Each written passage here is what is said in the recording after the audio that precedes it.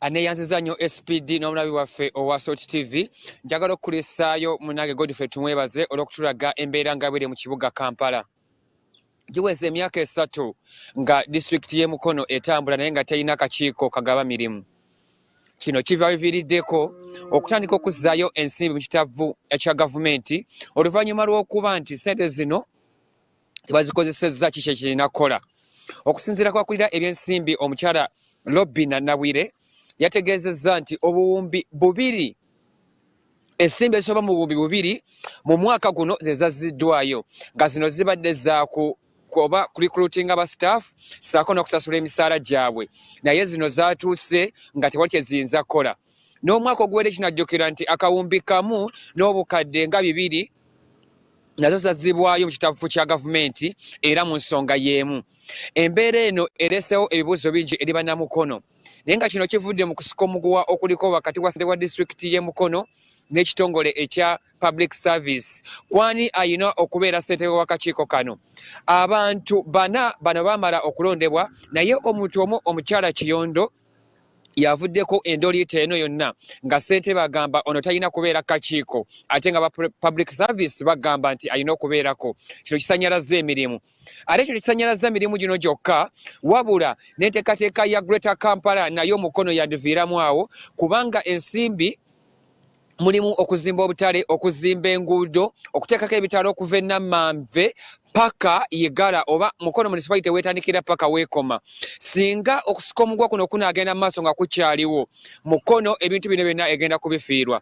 Era mu kutegeeza abakiise ba disitulikiti ey'e Mukono CFO omukyala Robina Nabwire ensonga eno y'ensimbi ezazziddwayo na lwaki zazziddwayo yaginnyonnyoddeko bw'ati.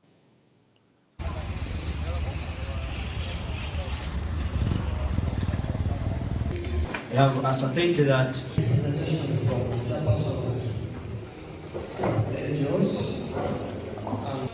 was a sweep back to the Ministry of Finance. I only need the new delegates to keep it. I was waiting for the owners to utilize, but they never utilized it.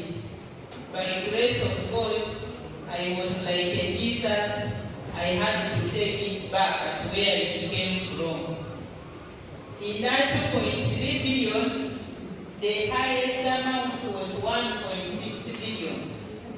That was in respect of wage for recruitment. And when it goes back, it does not come back.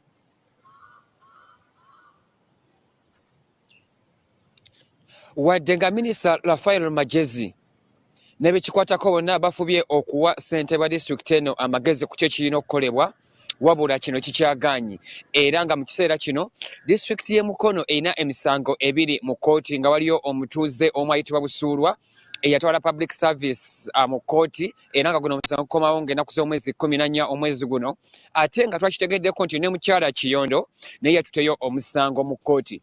Embeera bwetyo bweri singa Mukono teve mu ndoliita eno ensimbi nnyingi zaakuzibwayo naye ate ng'ebitundu ebirala ebisinga omuli ebyobulamu ebyenjigiriza ssaako n'abakozi aba gavumenti bonna tebaliiwo mu disitulikiti ey'Omukono ekiviiriddeko emirimu okutambula akasoobo. Embeera bwetyo bweri. Over to SPD ne Jennifer Fulufiga. Nziza tweyanzege